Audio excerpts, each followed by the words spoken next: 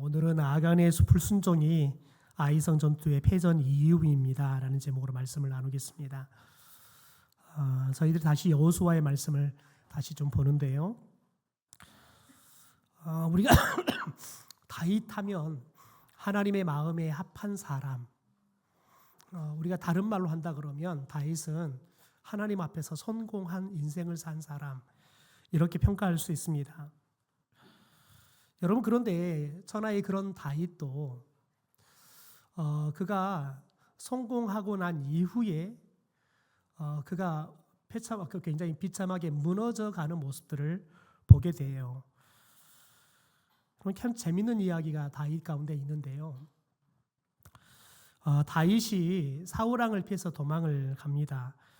그러다가 노베에 있는 아히멜렉 제사장에게 찾아가서 자기가 좀 도망 다니지만 자기를 지키고 보호하기 위해서는 좀 칼이 필요해서 제사장에게 칼을 좀 달라고 요구를 하지요. 여러분, 그때 아히멜렉 제사장이 다윗에게 당신이 죽인 이 골리앗의 칼이 내게 있다라고 말을 해요. 그랬더니 다윗이 굉장히 재밌는 반응을 보입니다. 이렇게 말합니다. 그 같은 것이 또 없나니 내게 주소서. 그러니까 골리앗의 칼만큼 그만큼 아주 탁월한 무기는 없다는 거예요. 그러니까 그것을 나에게 주십시오라고 청을 해요. 여러분, 그런데 한번 생각해 봅시다. 다윗이 골리앗과 싸움을 할 때 골리앗은 그 칼을 그리고 단창을 가지고 다윗과 싸우기 위해서 들고 나옵니다. 여러분, 그럴 때 다윗이 뭐라고 이야기합니까? 여러분, 그 칼을 들고 나오는 골리앗을 조롱합니다. 여러분, 그리고 지금 본인이 이야기하는 그것보다 더 탁월한 무기는 없다라고 평가하는 그 칼, 여러분, 그 칼이 얼마나 무기력한 여러분 무기인지를 한번 생각해 보십시오. 목동들이 양들을 지키기 위해 쓰는 여러분 물맷돌로, 여러분 다윗이 지금 평가하되 그것처럼 탁월한 무기가 없다고 말하는 그 칼을 들고 나오는 여러분 그 골리앗을 여러분 그 돌멩이 하나로 죽여버립니다. 여러분, 생각해 보십시오. 그때 당시에 다윗이 지금 이렇게 평가하는 것처럼 골리앗이 들고 오는 그 칼이 그것보다 더 무서운 무기가 없다 생각했다 그러면 아마 골리앗을 조롱하고 감히 물맷돌을 가지고 나가 싸울 엄두를 내지 못했을 겁니다. 여러분, 그런데 골리앗과 싸워서 이길 때에는 여러분 그 칼이 물맷돌보다 못한 여러분 무기였단 말이지요. 여러분, 그런데 그가 이제 다 성공했다 생각했는데, 그래서 왕의 사위도 되고, 그래서 유명한 장군도 되고, 그래서 성공 가도를 달리다가 자신의 잘못도 아니고 싸움에 돌아오는 자신을 맞이하는 백성들이 사울은 천천히요 다윗은 만만이다 라고 여러분 노랫가락 하나 잘못했다가 쫓기는 신세가 돼요. 여러분, 그런데 다윗이 그렇게 성공 가도를 달리다가 쫓기는 신세가 되니까요, 물맷돌보다 못하다고 생각했던 그 칼을 그렇게 평가하는 거예요. 이 같은 것이 또 없다, 내게 달라라고 평가하는 거예요. 여러분, 생각해 보십시오. 골리앗과 싸울 때에는 그렇게 여러분 하나님이 크게 보였던 그런 다윗이 그가 성공 이후에 예상하지 못하는 쫓기는 인생이 되니까요, 영혼이 영적인 안목이 흐려져요. 여러분, 그러니까 이 물맷돌보다 못했던 그 골리앗의 칼이 이제는 가장 큰 무기로 보이는 거예요. 여러분, 그러니까 다윗이 사울을 두려워하는 거예요. 여러분, 우리는 위대한 승리를 하고 난 이후에 조심해야 합니다. 그래서 사도 바울은 그런 말을 하죠. 너희들이 선줄로 생각하거든 넘어질까 염려해라 라고 이야기해요. 여러분, 우리가 섰다 생각하면 넘어질 것을 염려해야 되는 것. 여러분, 그래야지 우리들이 넘어지는 것을 주의해서 막을 수 있는 거예요. 여러분, 오늘 본문의 이야기가 이와 같은 이야기입니다. 이스라엘이 여러분 그렇게 튼튼했던 여리고성을 칼 한 번 휘두르지 않고 여러분 7일 동안 여리고성을 돌고 마지막 7일째 될 때 7바퀴를 돌고 난 다음에 여러분 나팔 소리에 맞춰서 큰 함성을 여러분 쳤더니 그 여리고성이 완전히 와르르 무너져 버리죠. 여러분 그때 이스라엘 백성들이 기분이 어떠했을까요? 아마 이스라엘 백성들은 그냥 말로 뭐라고 표현하지 못할 정도로 온몸이 닭살이 돋을 정도로 정말 기가 막히고 그냥 자기들도 모르게 그냥 한호성, 탄성 그 이상 어떤 것도 표현할 수 없을 정도로 기쁘고 그냥 그 승리에 그냥 누구 어린아이 할 것 없이 모두가 다 도취되어서 승리의 개가를 불렀을 겁니다. 여러분 그런데 그런 여리고성 전투에서 대승을 하고 난 이후에 이스라엘 백성들이 오늘 읽은 이 아이성 전투에 패하고 맙니다. 여러분 여호수아 6장에서 하나님께서 이스라엘 백성들이 칼 하나 휘두르지 않고 여리고성을 승리하는 그런 승리를 거두게 해요. 여러분 왜 그렇습니까? 이스라엘 백성들이 그때는 오직 하나님만 의지하고 여리고성을 이미 우리에게 하나님이 주신 줄로 믿음으로 그 여리고성을 보았어요. 그리고 여러분 부정적인 입술들은 다 닫았어요. 오직 승리의 나팔 소리가 들릴 때 그 말씀에 순종해서 그들이 여러분 함성을 질렀던 거죠. 그래서 승리하게 되어지는 겁니다. 여러분 여리고성 승리는 전적인 하나님의 승리이자 이스라엘 백성들이 가나안 땅에 들어가서 첫 번째로 거둔 승리입니다. 그런데 오늘 본문을 보면 이스라엘 백성들은 여리고성보다 훨씬 쉽게 이길 수 있다고 예측했던 이 아이성 전투에서 대피를 하고 맙니다. 여러분 3,000명이나 아이성 전투에 참전을 합니다. 정탐꾼들은 2,000명 내지 한 3,000명 정도만 보내도 됩니다라고 이야기를 하는데 맥시멈인 3,000명을 보냅니다. 여러분 그런데 이길 줄 알았던 전쟁이 36명이나 전사를 하고 주랭랑을 쳐서 퇴각해야 되는 패배하는 전투가 되고 맙니다. 여러분 이 일로 이스라엘 백성들 여호수아는 큰 충격과 슬픔에 빠져버립니다. 여러분 36명이나 전사를 했어요. 그 36명의 가족들은 다 슬픔에 잠기죠. 친척들은 다, 친구들은 다 슬픔에 잠겨요. 그러니까 지금 이스라엘 백성들은 승리에 도취되었다가 한순간에 슬픔과 충격에 완전히 휩싸이고 마는 거지요. 그래서 여호수아와 이스라엘 장로들은 여호와의 궤 앞에 옷을 찢고 티끌을 뒤집어 쓰고 땅에 엎드려서 여러분 해가 질 때까지 슬피 울면서 회개합니다. 여러분 그뿐만 아니라 그렇게 담대했던 여호수아의 마음이 완전히 무너져 내려버립니다. 7절에 보니까 서번역 성경으로 이렇게 기록하고 있습니다. 여호수아가 아뢰었다. 주 하나님, 우리 백성을 요단강 서쪽으로 잘 건너가게 하시고는 왜 우리를 아무리 사람의 손에 넘기어 멸망시키려 하십니까? 차라리 우리가 요단강 동쪽에서 그대로 살았더라면 좋을 뻔하였습니다. 여러분 여호수아 하면 출애굽 1세대들 중에서 갈렙과 함께 하나님의 말씀에 전적으로 순종해서 딱 두 사람만 이 가나안 땅에 들어가는 축복을 얻었던, 여러분 어떤 상황 속에서도 믿음이 흔들리지 않았던 사람 아닙니까? 그런 여호수아가 이 아이성 전투에 패배하니까요 믿음이 흔들려요.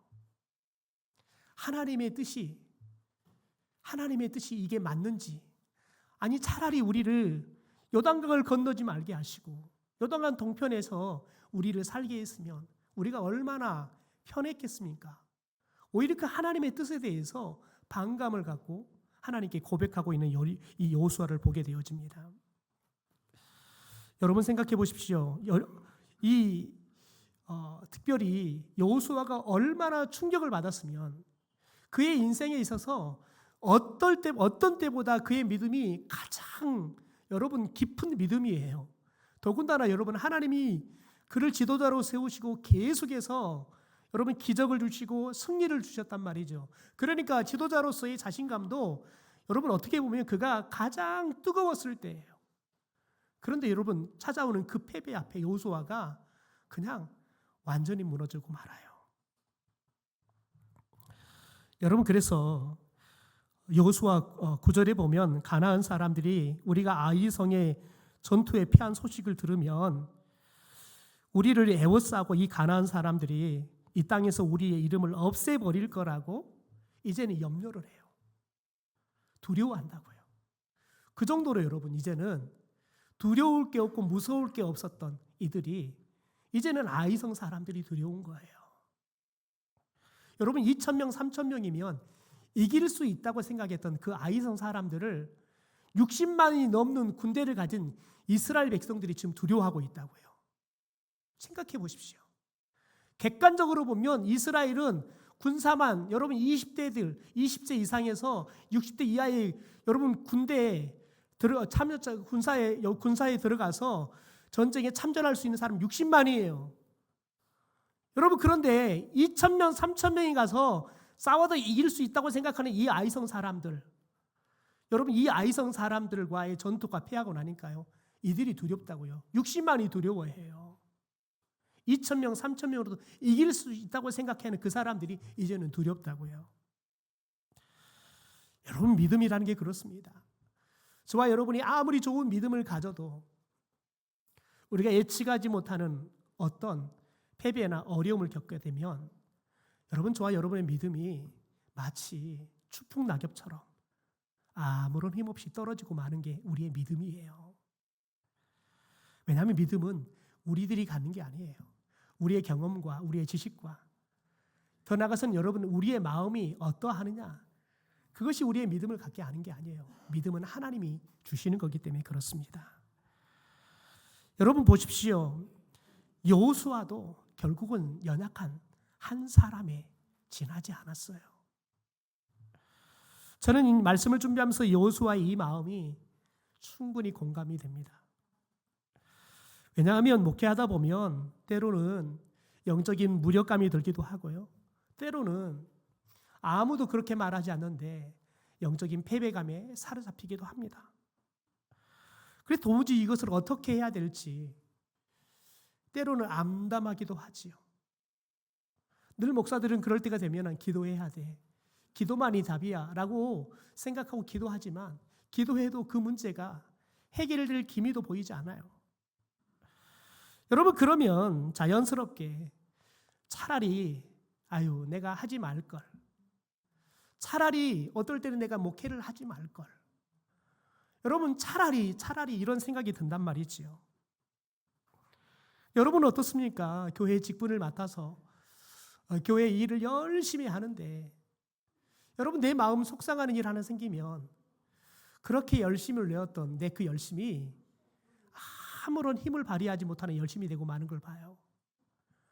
여러분, 나중에 시간을 지내놓고 보면 아무것도 아닌 소리였는데 그게 내 마음을 후벼 가지고는 하루아침에 그냥 그렇게 내가 믿음 좋다고 생각했던 것이 확 무너져 내려버리죠. 그래서 아무것도 하기가 싫어요. 여러분, 차라리 내가 예수 안 믿을 걸, 내가 차라리 이 교회를 안 올 걸, 내가 차라리 그 일을 안 맡았으면 이런 일이 없었을 걸. 여러분, 우리는 차라리 그렇게 이야기해요. 여러분, 이게 우리가 가질 수 있는 연약함이에요. 여러분이 아무리 하나님 사랑한다고 이야기해도 여러분, 우리는 하나님이 하나만 건들기만 해도 여러분, 우리는 처참하게 무너지고 마는 연약한 사람이라는 거지요. 왜요? 여호수아와 똑같이 우리는 같은 성정을 가진 사람이에요. 여러분, 그럼 이렇게 승승장구하던 여호수아와 이스라엘이 아이성에게 패한 이유가 뭡니까? 우리가 말씀을 시작하면서 우리가 여호수아의 말씀을 시작하면서 특별히 지난 여리고성에 대한 말씀을 나누면서 그런 이야기를 했어요. 여호수아와 이스라엘 백성들이 교만에 빠져서 그래서 그들은 여리고성보다 3배나 큰 아이성을 여리고성보다 훨씬 적게 보았다라고 이야기했죠. 여러분, 실제 오늘 말씀을 보면 3절에 아이성을 정탐하고 온 정탐꾼들이 여호수아에게 결과를 보고하는 걸 보십시오. 아이성에 있는 사람들의 수가 소수다라고 이야기해요. 그래서 우리 60만이 넘는 정군이 올라가서 싸울 그런 수고를 할 필요가 없다. 2,000명, 3,000명이면 충분히 우리가 이긴다. 여러분, 이 정탐꾼들은 아이성은 그냥 만만한 곳이지 뭐 우리가 전쟁하면 질 가능성 제로라는 거예요. 질 가능성이 제로라는 거예요. 왜요? 여리고성을 이기고 나니까요. 요단강을 건너고요. 여리고성을 건너고 나니까요. 무서울 게 없는 거예요. 못할 게 없는 거예요. 그러니까 아이성이 만만하게 보이는 거예요. 여러분, 그러면 결국 어떤 일들이 벌어지냐면 하나님의 도우심을 구하지 않아요. 여러분, 여호수아가 정탐꾼들이 그런 보고를 받고 그럼 마땅히 하나님께 물어야 돼요. 하나님, 정탐꾼들이 저렇게 보고를 하는데 정말 우리가 아이성을 그런 적은 수를 데리고 와서 싸워도 될까요? 하나님, 저 아이성을 우리에게 여리고성을 붙여두듯이 붙여주셨습니까? 물어야 돼요. 여러분, 그런데 여호수아는 이 아이성 전투를 두고 하나님께 기도하지 않아요. 왜요? 기도하지 않아도 하나님의 도우심이 없어도 우리가 이길 수 있다고 생각하기 때문에 그렇습니다. 여러분, 그래서 우리가 가장 위험할 때는 뭐냐면 우리가 잘 되고 또 계속 잘 되잖아요. 여러분, 그러면 이제는 우리가 뭘 해도 다 잘 될 것 같아요. 그때 여러분 위기가 찾아오는 거예요. 왜요? 그때 다른 사람 도움 필요 없는 거예요. 내가 해도 나는 뭘 해도 잘 될 거라는 자신감이 있으니까요. 여러분, 그때가 되면 영적으로 둔감해져요. 영적인 민감성을 잃어버린다고요. 그러면 자기도 모르게 교만에 빠져요. 하나님 없이도 충분히 가능하다는 교만의 확신을 갖게 되어지는 거지요. 여러분, 그러면 여러분 오늘 우리가 보고 있는 것처럼 충분히 이길 수 있는 전투도 완전히 패하고 마는 거예요. 여러분, 그런데 우리가 오늘 이 말씀을 통해서 하나님께서 아이성 전투를 패하게 됐던 이유를 진단하고 계시는데 하나님이 말씀하시는 아이성 전투의 패전 이유를 우리가 좀 봤으면 좋겠습니다. 하나님께서는 오늘 1절의 말씀에 이렇게 말합니다. 우리 1절 말씀을 같이 한번 읽죠. 시작. 이스라엘 자손들이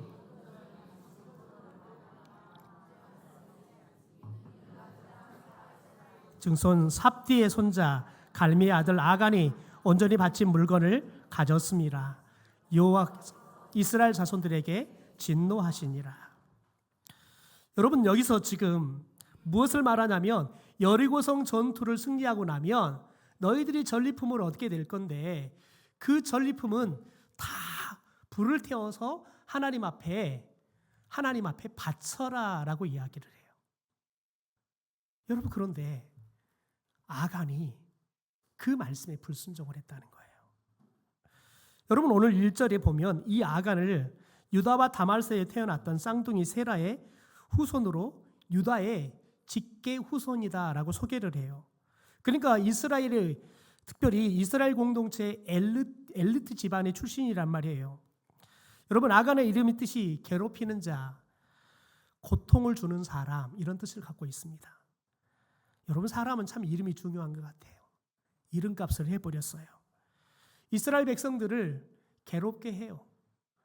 이스라엘 백성들이 고통을 당하게 한다고요. 왜 그렇습니까? 하나님께서 여리고성 전투에 승리를 줄 거니까 모든 전리품은 반드시 전멸을 해서 다 불태워서 하나님께 불태워라고 6장 17절 18절에 분명하게 말씀했습니다.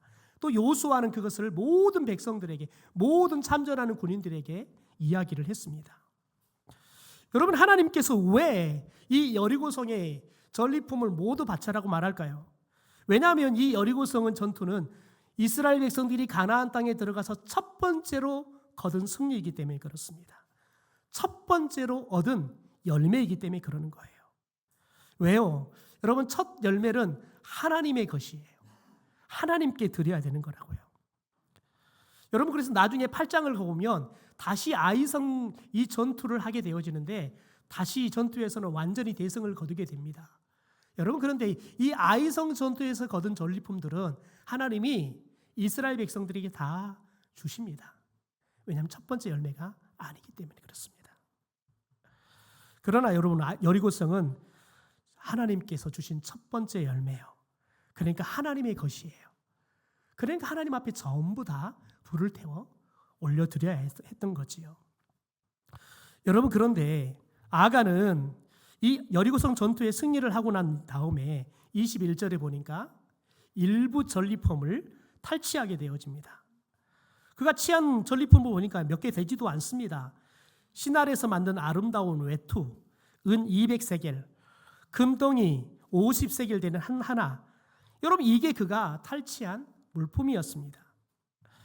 여러분, 여호수아는 분명히 이 여리고성 전투에 가기 전에 이야기를 했습니다. 이 첫 승리, 그리고 첫 번째로 거두는 이 전리품의 열매는 하나님의 것이고 하나님께 바쳐야 한다고요. 그러니까 아간도 이 전리품은 하나님의 것이라는 것을, 여러분, 그런 어린 시절부터 신앙 교육도 받았고 여호수아를 통해서 들었기 때문에 잘 알고 있었습니다. 여러분, 그런데 오늘 말씀을 보면 아간은 이 전리품이 하나님의 것이라고 생각하지 않았습니다. 21절에 보면 아간은 이 전리품을 여러분 하나님의 것이라고 말하지 않고 노략한 물건 이렇게 말합니다. 노략한 물건.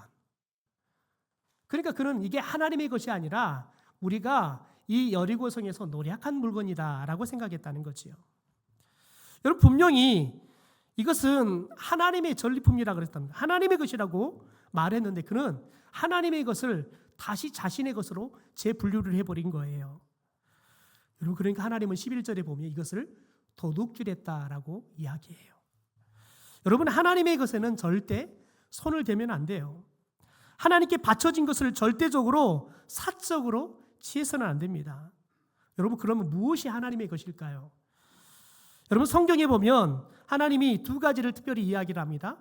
첫 번째, 처음 익은 열매, 첫 번째 새끼를 하나님의 것이라고 이야기하죠. 잠언 3장 9절에 보면 내 재물과 내 소산물의 처음 익은 열매로 여호와를 공경하라. 레위기 27장에 보니까 오직 가축 중에 처음 난 것은 여호와께 드릴 첫 것이다 라고 이야기를 해요. 두 번째, 여러분, 우리에게 주시는 소산물의 10분의 1, 11조가 하나님의 것입니다. 레위기 27장 30절에 보면 그리고 그 땅의 10분의 1, 곧 그 땅의 곡식이나 나무의 열매는 그 10분의 1은 여호와의 것이니 여호와의 성물이다 라고 이야기해요. 여러분, 모든 것은 하나님의 것이죠. 우리가 가지고 있는 것은 다 하나님이 주신 것입니다. 그러니까 여러분, 이 모든 것은 다 하나님이 주신 것입니다 라고 우리들이 고백하고 첫 열매를 하나님께 바치는 것, 그게 하나님께 우리가 드려야 할 믿음의 모습이라는 거죠. 그러니까 여러분, 첫 열매를 또 11조를 드리는 것은 여러분, 우리가 하나님을 향한 우리의 믿음의 표현이고 하나님의 사랑을 경험하고 우리가 하나님을 사랑한다고 표현하는 우리의 사랑의 표현인 거죠. 여러분, 하나님은 우리에게 말씀하지도 않고 우리의 것을 가져가도 상관이 없는 분이에요. 왜냐하면 그분의 것이니까요. 그런데 여러분, 하나님은 우리에게 친절하게 이것은 내 거다, 내게 바쳐라 라고 말합니다. 왜 그럴까요?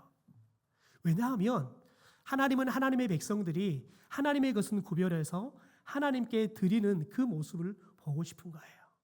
그래서 하나님은, 여러분, 하나님은 억지로 드리는 것보다는 여러분 자원하여 드리는 것을 기쁘게 받으신다라고 말씀하시는 겁니다.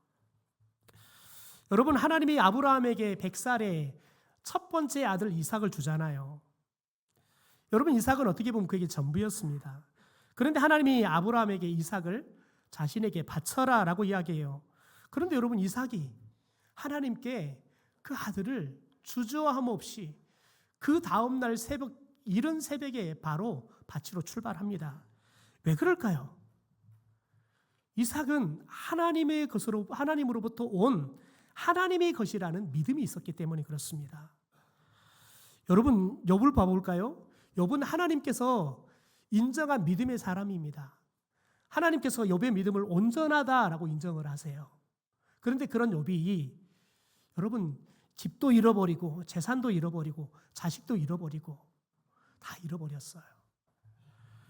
여러분, 그런데 욥이 하나님께 입으로 죄를 짓지 않아요.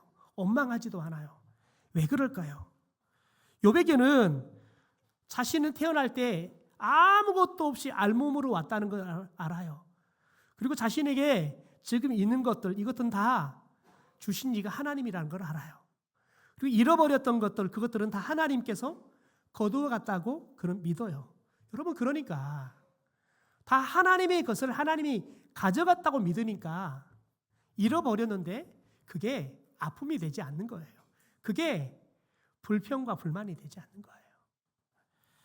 여러분, 우리가 하나님에 대한 분명한 믿음을 가지면 우리는 사람들은 보통 아파하고 힘들어할 문제도 우리는 쉽게 오히려 그게 시험이 아니라 오히려 우리가 하나님 앞에 위대한 믿음을 보일 수 있는 기회가 되는 거예요.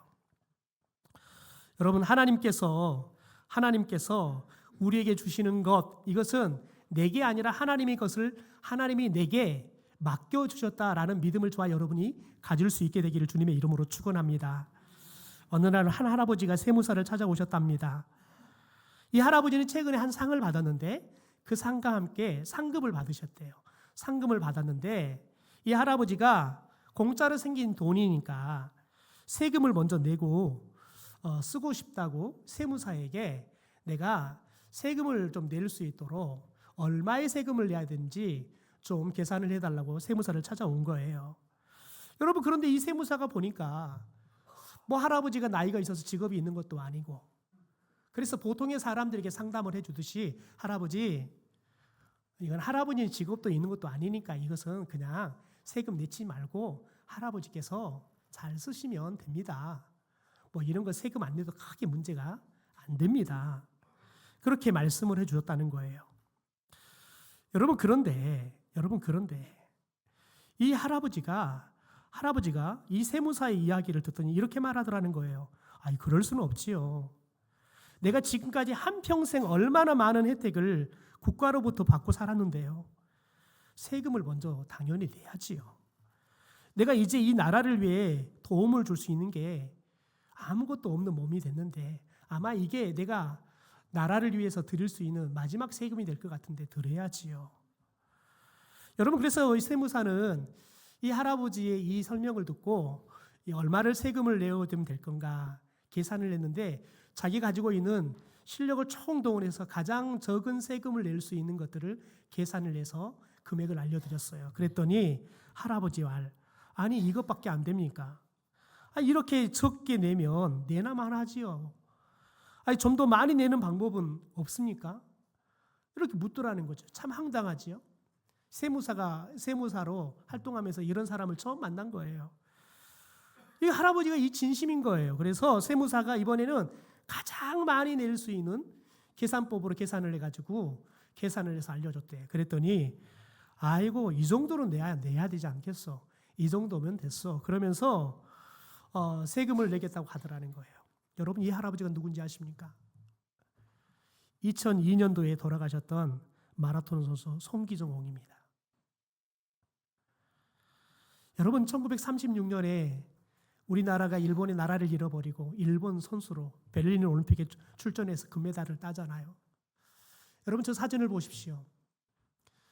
여러분, 송기정 선수는 금메달을 땄지만 나라 없는 백성으로 여러분 남의 나라, 식민지의 나라를 위해서 본인이 금메달 딴 것을 수치심을 느꼈어요. 그래서 여러분 꽃다발로 일장기를 가리고요. 여러분 그 영광스러운 얼개간으로 자신의 눈을 가렸어요. 차마 여러분 자신의 모습을 보여주기가 부끄러운 거지요.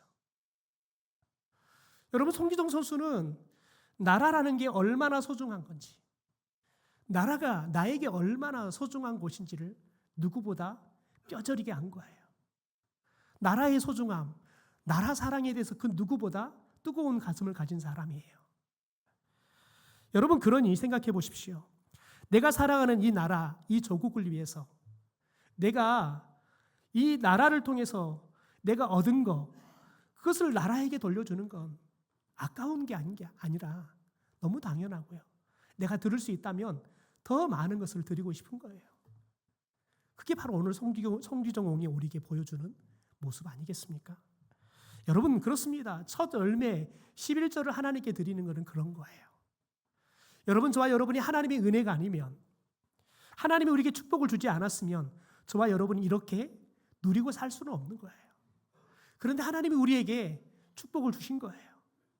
저와 여러분이 올 때는 알몸으로 왔지만 이렇게 저와 여러분이 많은 것을 가진 것은 하나님이 다 주신 거예요. 그게 하나님이 우리를 향한 사랑이시죠. 더 나아가서 여러분, 우리에게는 그 하나님의 위대한 사랑이 우리를 살리겠다고 그 아들조차도 주신 그 하나님의 사랑을 우리는 경험한 사람들이라고요. 여러분, 그런데 그 하나님이 첫 번째 열매 11조는 내 거다. 여러분, 하나님이 돈이 필요해서가 아니라, 짐승이 필요해서가 아니라, 열매가 필요해서 우리에게 요구한 게 아니라, 하나님은 우리의 믿음을 보고 싶은 거예요. 우리의 사랑을 보고 싶은 거예요. 그래서 하나님은 우리에게 첫 열매를 11조를 드리라고 말하는 거예요. 여러분, 하나님은 받는 게 목적이 아니라 우리의 믿음을 보고 싶고 우리의 하나님을 향한 사랑을 보고 싶은 거예요. 여러분, 하나님은 우리가 드리면, 말라기 보니까 11조를 너희들이 내게 주면 내가 너희들의 창고에 쌓을 것이 없도록 주는지 안 주는지 너희들이 나를 한번 시험해 봐라 라고 이야기하세요. 하나님은 여러분 우리에게 빼앗고 싶어서 여러분 달라고 하는 게 아니라, 하나님은 우리에게 더 많은 것을 주고 싶으셔서, 하나님이 우리에게 더 많은 걸 줘도 그것들을 하나님의 뜻에 맞게 잘 순종할 수 있는 그릇인지, 믿음의 그릇인지를 보고 싶은 거예요. 여러분, 그런데 아간은 이 하나님의 것인 걸 알면서도 여러분, 그가 하나님의 것을 자신의 것으로 취한 거예요. 여러분, 아간이 그게 죄인 줄 알아요. 그러니까 여러분 그것을 숨겨놓잖아요. 그게 죄인 줄 아니까 숨겨놔요. 여러분, 내가 다른 사람 모르게 숨겨놓으면 완전 범죄, 내가 저지를 거라고 생각하지만 하나님 앞에서는 숨길 게 아무것도 없는 거예요. 여러분, 그런데 생각해 봅시다. 아간이 이렇게 하나님 앞에 죄를 지을 수밖에 없었던 이유는 뭡니까? 여러분, 왜냐하면 아간이 이렇게 죄를 지을 수밖에 없었던 이유는, 여러분, 견물생심이라고요? 여러분, 전쟁에서 전리품을 보니까요, 좋은 게 눈에 들어오는 거예요. 애투가 눈에 들어오는 거예요. 여러분, 금덩어리가 눈에 들어오는 거예요. 여러분, 보고 눈에 들어오잖아요. 그런 마음이 뭐가 생겨요? 탐심이 생기는 거예요. 여러분, 탐심이 생기면 그 탐심은 우리에게 뭘 낳아요? 여러분, 죄를 낳는 거예요. 여러분, 그래서요, 야고보 사도는 그렇게 이야기합니다. 여러분, 특별히 욕심이 뭘 낳는다 그랬어요? 욕심이 잉태해서 죄를 낳고, 죄가 낳으면 뭘 낳는다 그랬어요? 사망을 낳는다 그랬어요. 여러분, 그래서 우리들이 주의할 게 뭡니까? 보는 걸 주의해야 되는 거예요. 예수님께서 마태복음 5장에 보면 이런 말을 합니다. 간음하지 말라고 이른 것을 너희가 들었다. 그러나 난 너희에게 말한다. 여자를 보고 음욕을 품는 사람은 누구나 이미 마음으로 그 여자와 간음한 것이다. 여러분, 예수님 여기서 굉장히 중요하게 여긴 게 있어요. 보는 거예요. 보는 거예요. 여러분, 우리들이 보지 말아야 할 것을 보기 시작하잖아요. 그리고 여러분, 우리들이 바르게 봐야 할 것을 애국되게 보기 시작하잖아요. 하나님의 것을 내 것으로 여러분 보기 시작하잖아요. 그러면 보는 순간 우리의 마음 안에 탐심이 생겨요. 여러분, 탐심이 찾아오잖아요. 어지간한 사람은 그 탐심을 컨트롤할 수 없어요. 하하를 보십시오. 하하가 사탄의 시험에 넘어가서 선악과 열매를 보니까 어떻게 해요? 먹음직스럽고 보암직스러워요. 마음에 탐심이 생긴 거예요. 먹고 싶고 갖고 싶은 탐심이 생기는 거예요. 그러니까요, 선악과를 따서 먹어요. 죽지 않으니까요, 남편에게도요 주는 거예요. 여러분, 이게 우리 가운데 죄가 들어오고 우리로 하여금 하나님 앞에 죄를 짓게 하는 영적인 원리예요. 여러분, 그러므로 저와 여러분이 무엇을 보고 살아야 합니까? 이브리서 기자는 그렇게 말합니다. 우리의 믿음의 주, 우리의 믿음을 온전케 하시는 누구를 보라고요? 예수를 보라고요. 여러분, 저와 여러분이 성공했다, 지금 내 삶이 필요하다, 여러분, 그러면 우리가 지금 무엇을 봐야 될 때예요? 예수를 봐야 될 줄 믿습니다. 성공한 것을 보고 여러분 흐뭇해서 자랑할 때가 아니라, 내가 성공했다, 내가 지금 평안하다 할 때는 여러분 우리의 믿음을 더 온전케 하시는 우리의 믿음의 주가 되시는 예수를 봐야 될 줄 믿습니다. 여러분 그럴 때 우리의 믿음이 성공 이후에도 실패하지 않고 하나님이 더 큰 성공을 줄 수 있고, 그래서 그 성공으로 하나님이 우리를 하나님의 더 위대한 사람들로 쓸 수 있는 축복의 삶으로 나아가는 저와 여러분이 될 줄 믿습니다. 이 한 주간 우리가 주 예수 그리스도를 바라보고 말씀과 기도를 통해서 우리의 믿음이 그분을 통해서 더 온전케 되어지는 은혜의 한 주간이 되기를 주님의 이름으로 축원합니다.